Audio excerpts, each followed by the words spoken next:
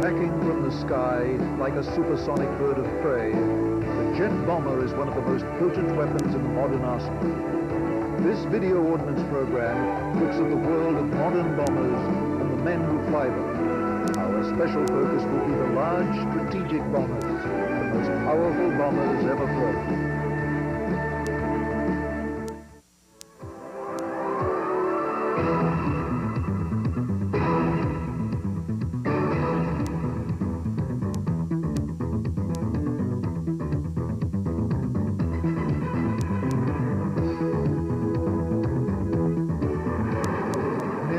Combat aircraft can carry bombs. Almost all fighter aircraft, from the smallest through the largest, can be fitted to carry bombs and precision-guided munitions. However, over the years, specialized attack aircraft have been developed specifically for bombing and ground attack. Tactical strike airplanes, which are armed primarily with conventional bombs and missiles, are usually called attack aircraft.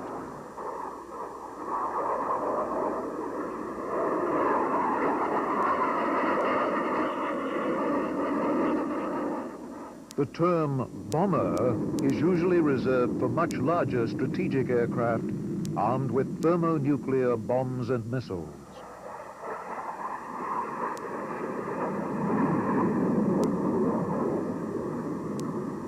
Attack aircraft differ in their design depending on their weapons and targets. One of the most specialized attack aircraft is the United States Air Force's A-10 Thunderbolt. The A-10 is designed specifically to attack tanks. It is armed with a powerful 30mm cannon in its nose. It can also carry bombs and special precision-guided attack missiles like the Maverick. The most sophisticated attack aircraft in NATO today are the Tornado and the F-111. These aircraft have advanced computers and attack radars which allow them to precisely locate and attack targets even in bad weather or at night.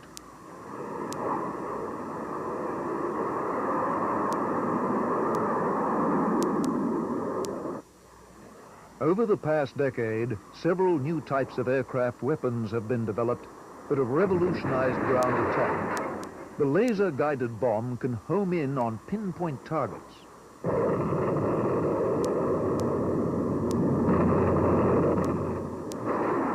Guided missiles like the Maverick contain their own sophisticated target seekers that steer themselves all the way to impact.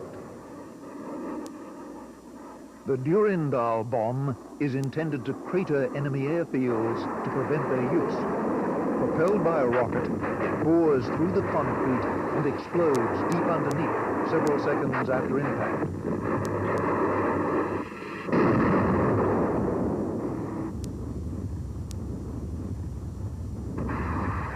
Cluster bombs, like the Matra Beluga, scatter their deadly munitions over a much wider area than more conventional bombs.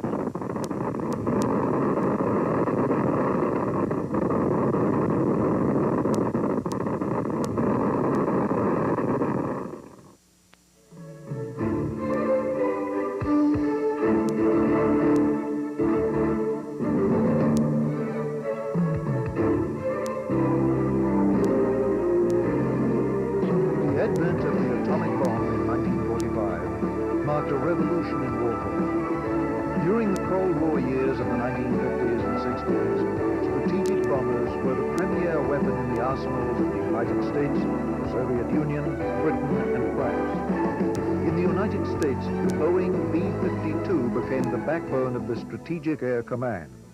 The B-52 proved to be a remarkably durable design, serving in the Vietnam War with conventional bombs, and still in service today in modernized versions. The Soviet Union's counterpart to the B-52 is the Tu-95 Bear bomber. Like the B-52, it was designed in the late 1940s and early 1950s, and yet remains in service even today.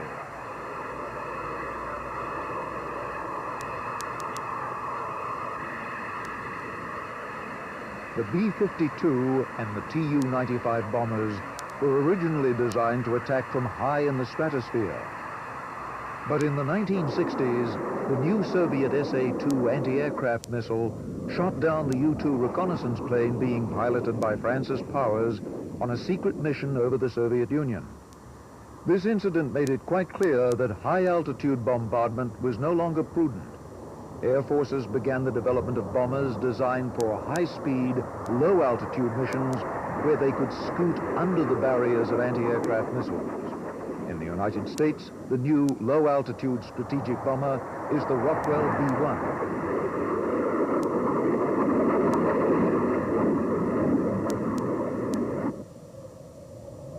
In the Soviet Union, the B-1 equivalent is the Tu-160 Blackjack bomber. The Tu-160 first entered service with the Soviet Air Force in 1989. The B-52, of course, was designed to be a high-level penetrator. Of course, that was changed when a surface-air missile shot down Powers. So they were adapted to a low-level mission. And actually, the B-1 was designed as a pure low-level penetrator. We used some of the stealth technology. As you can notice from a defensive standpoint, the B-52 has a lot of antennas that stick out everywhere. And in the B-1, most of them are integrated into the skin itself, so we have a lower radar cross-section from that standpoint. We're also a lot faster, about half times faster, low level. We have variable wing geometry that the B-52 doesn't have. But the main thing is the low cross-section and the speed. Due to the new threat of radar-guided missiles, the B-1 was designed to minimize its visibility to enemy radars. Today, this technology is called stealth. Well, obviously, when stealth was needed to be built into airplanes, the B-1 has several features built into this. The design of the airplane deflects radar energy. Just the very fact that we fly very low and very fast makes it almost impossible to either detect or, once detected, to do anything about it. The B-1 also incorporates numerous advances in aerospace design over the older B-52, which makes it more suitable for the low-altitude attack role. B-1B is kind of like flying, like riding in a Cadillac. It's very smooth. It's extremely smooth, even more so than a B-52. In a B-52, which I flew for 3 years, at low altitude and turbulence, you could hear the wings flapping out there, and the aircraft would really be bouncing around and be very tough on you, physically. You had to manhandle the airplane. And a B-1, on the other hand, it's extremely smooth. I can't begin to tell you how smooth it is down at low altitude at 400 to 500 feet at 550 knots. You don't have any sensation of speed at all. And the aircraft, it's very easy on you physically, so you're able to concentrate more on getting your weapons delivered without much of a hassle. The B-1B is more automated than earlier bombers and has a smaller crew. There are 4 crewmen in the B-1B. In the front 2 seats are the 2 pilots who fly the aircraft. Behind them are the offensive systems officer who navigates the aircraft and controls the bombing, and the defensive systems officer who controls the aircraft's electronic defenses. The 3 large bomb bays in the belly of the aircraft can carry 24 nuclear bombs, various types of nuclear missiles, or 82 conventional high-explosive bombs up to 46 tons. The rest of the aircraft is filled with fuel tanks, which gives the B-1B its superb 7,400-mile range.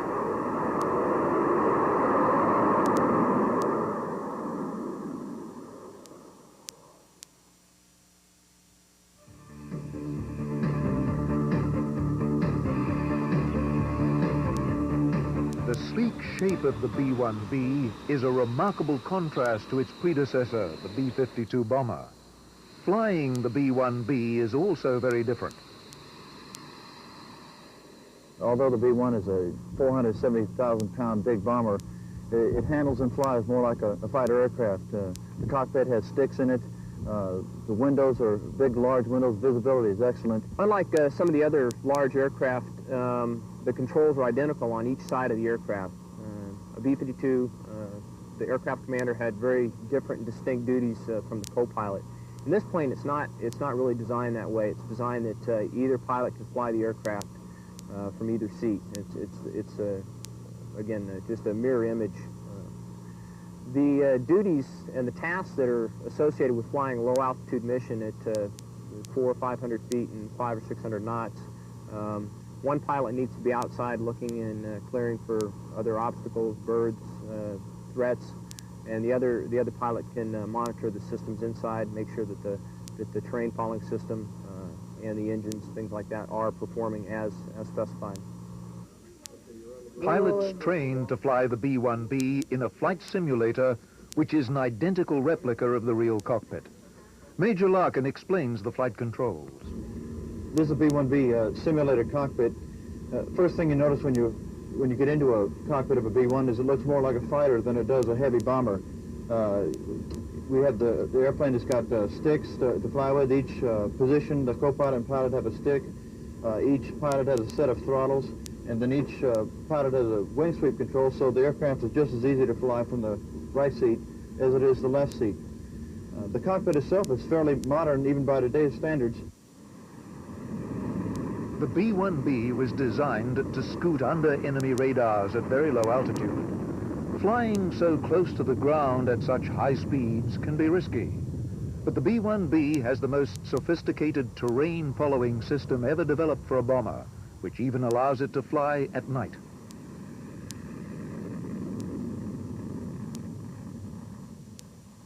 There's two options when you're flying low altitude. One, either hand flying it, or two, what the plane was designed to is to ride in an automatic terrain following mode. And that would be our preferred mode. The computers and the coupled with the flight control system and the offensive radar can navigate the plane and fly the plane at low altitudes very, very precisely. It gives us an all-weather night capability when we can't look outside and see what's in front of us. Let's fly a simulated mission with a B-1B to see how these features operate. The crew is on standby alert when the alarm sounds.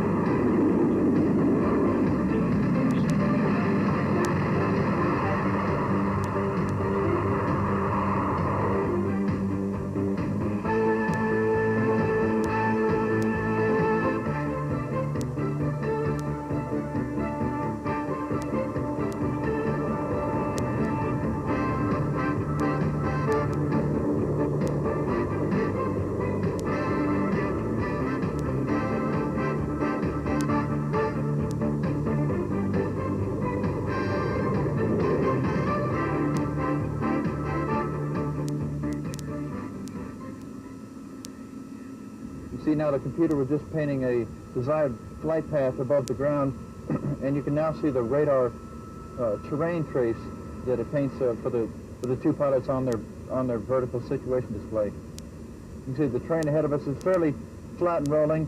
A few valleys out here. This is marked out in nautical miles ahead of the aircraft, with the aircraft being here. So we can see the radar sees at least 10 miles in front of the aircraft, and we can see the terrain ahead of us 10 miles out. At the speeds we fly at almost the speed of sound, about Mach 0.9 or 0.95, the 10 miles then is about 1 minute of flying time away. You see now we've got a real good valley that we're descending into, and here's then the back side of the valley heading back up the mountain at about 5 miles.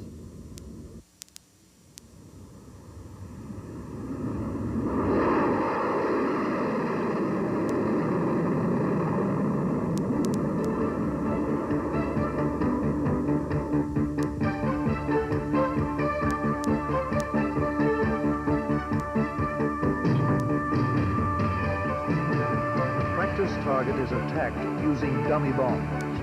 At such a low altitude, the bombs have parachute retarders to prevent them from exploding underneath the aircraft. Training mission accomplished, the B-1B heads back to base.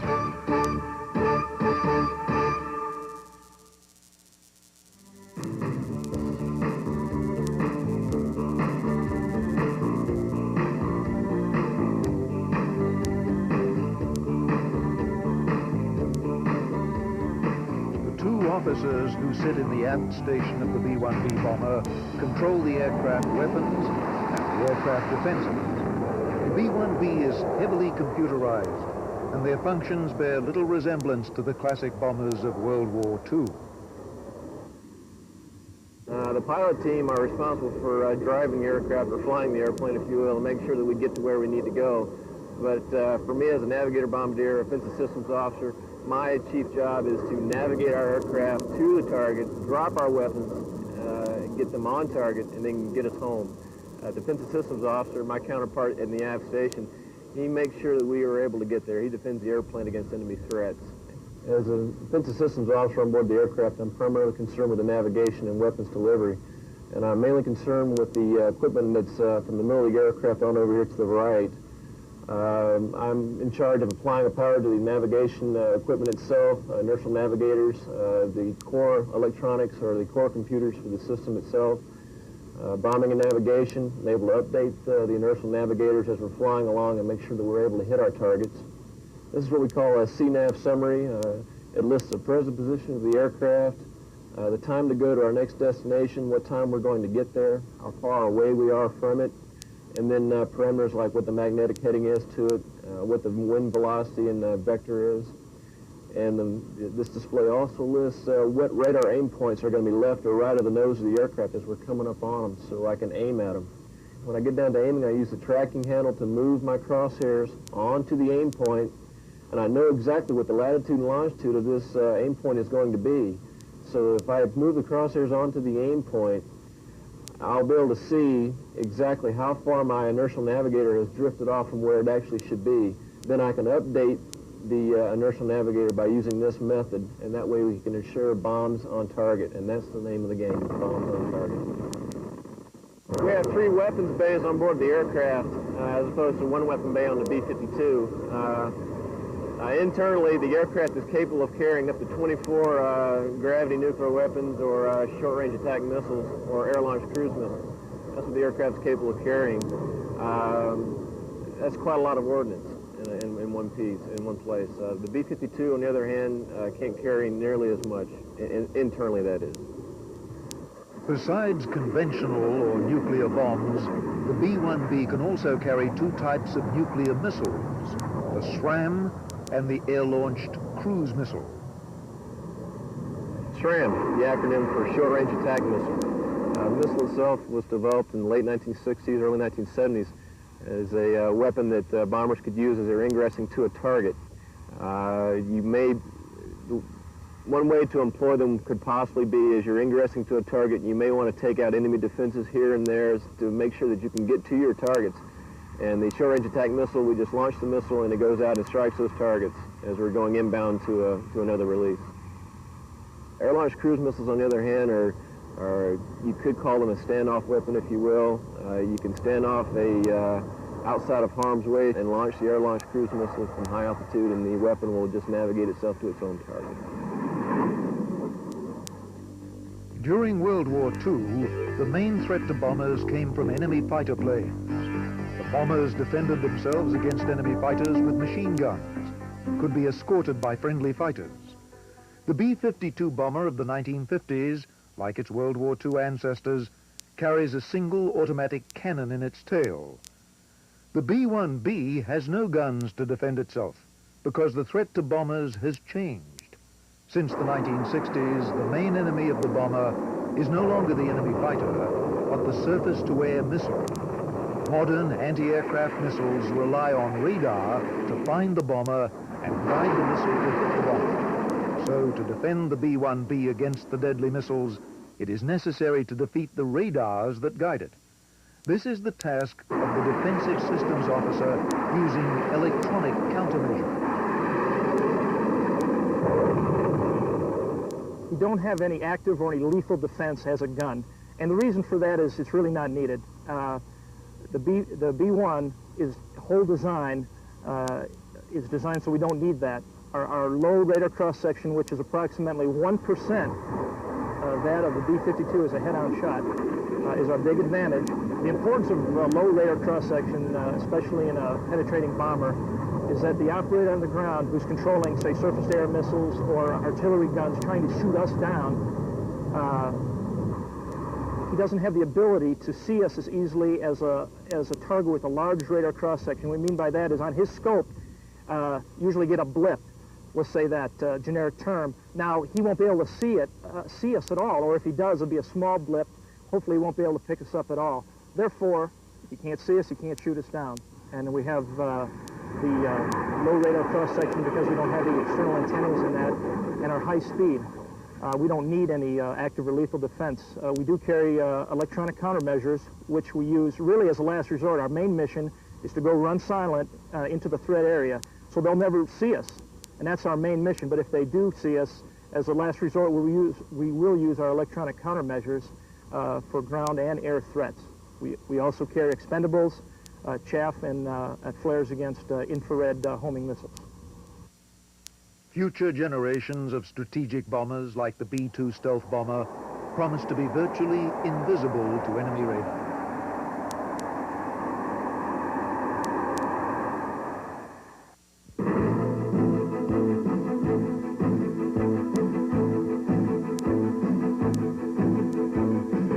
The weapons that this team is loading into a B-1B bomber are simulated B-61 thermonuclear bombs. If these bombs were real, each would have the explosive force of 500,000 tons of high explosive, enough to destroy a small city. In peacetime, even these simulated exercises are conducted with the tightest security.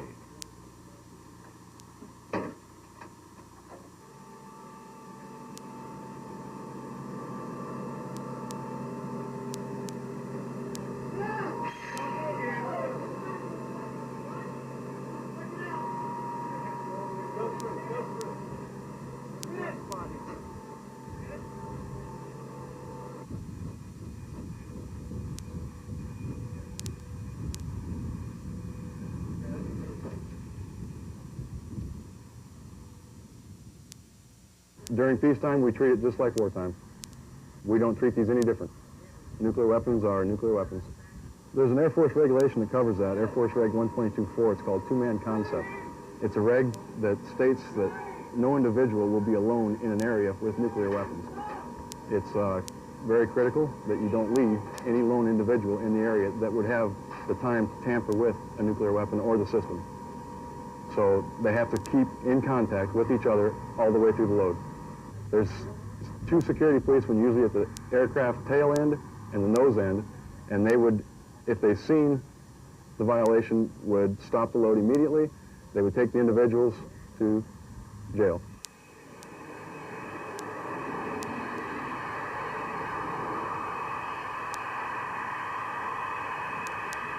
For all the training these airmen undergo, for all the expense and time spent designing these fearsome weapons, in the end, they will probably never be used. At the heart of Strategic Air Command doctrine is the notion of deterrence. Strategic weapons like the B-1 bomber are intended to deter aggression against the United States. If the B-1 is ever actually used, the policy has failed. The crews of these aircraft are all too well aware of their awesome responsibilities. To use an analogy, my job is similar to like being a policeman. I don't think any self-respecting policeman would get up in the morning thinking that he's going to go out and shoot a criminal that day. I'm the same way. When I go to work, I don't want to pull out my gun, so to speak, and hurt someone. We're here to deter and keep people from attacking this country, and that's what we're here to do.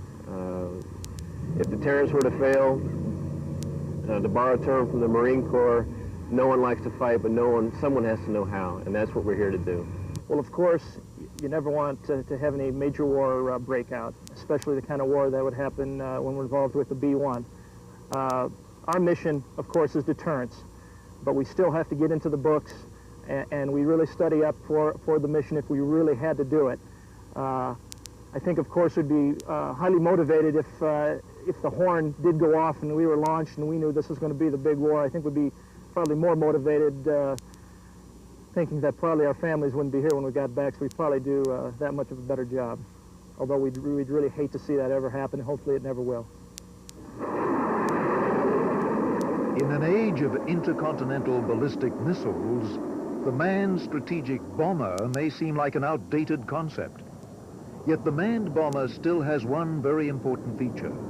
In an international crisis, the bombers can be launched and then recalled if the crisis subsides. The manned bomber serves as an important political tool to a president in time of international tension.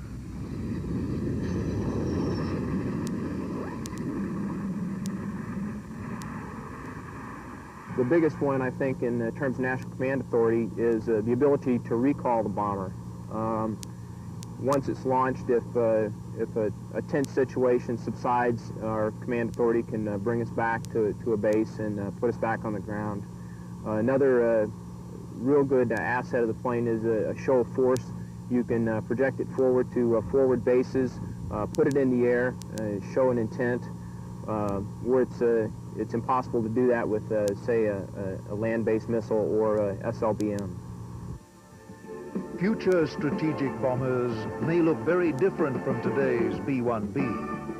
The United States Air Force has been developing the exotic B-2 stealth bomber. The B-2 carries the stealth features of the B-1B much further and is virtually invisible to radar. The manned bomber may no longer be the primary element of the strategic forces of the superpowers, but it is likely to remain an important element of the strategic triad into the 21st century.